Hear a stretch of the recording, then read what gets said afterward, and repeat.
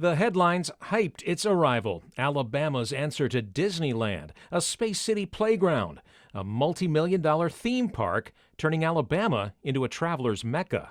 The park would have been in all of this area here, beautiful area. Our time-traveling guide is Lance George, a collector of Huntsville historic memorabilia and the local authority on Space City, USA, the never land that would never be opened. We are looking at part of the railroad that circled the park and went to the park. This property is now the Edgewater neighborhood off Zert Road.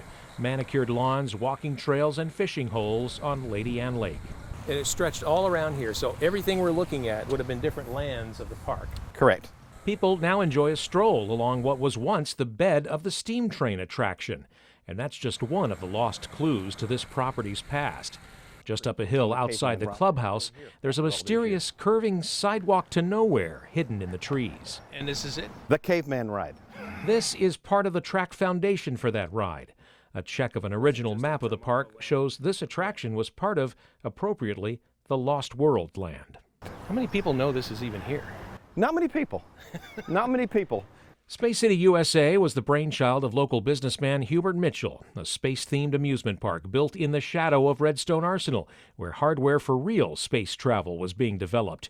He recognized America's fast-growing fascination with all things space-related, and he was also impressed by the success of another theme park pioneer in California. He liked what Disney was doing, and I think he wanted his own special part of it. In fact, the similarities to Disneyland are striking. Space City, USA would be the first theme park in the Southeast. Plans included shops, restaurants, a 10-story hotel, and more than 20 attractions, from a flying saucer ride to that caveman ride, sky buckets, a volcano, carousel, riverboats, and the train.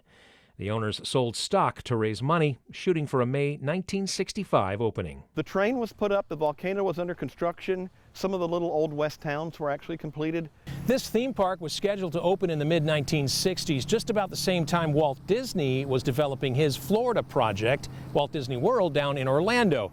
Needless to say, despite his interest in space, Disney was not a fan of the competition. He would make occasionally a trip to the Redstone Arsenal area and did not officially make any visits out here, but we're sure his people were out here. Disney was not a big fan of this park. When the day arrives for construction to begin. For one thing, Disney already had the world's most notable rocket scientist working for him, and Wernher von Braun was the one man whose support might have helped get Space City off the ground. Then about a third of the way into construction, the park went belly up. Costs were, pardon the pun, astronomical. The dream of Space City, USA proved out of this world. Everything out here was sold off.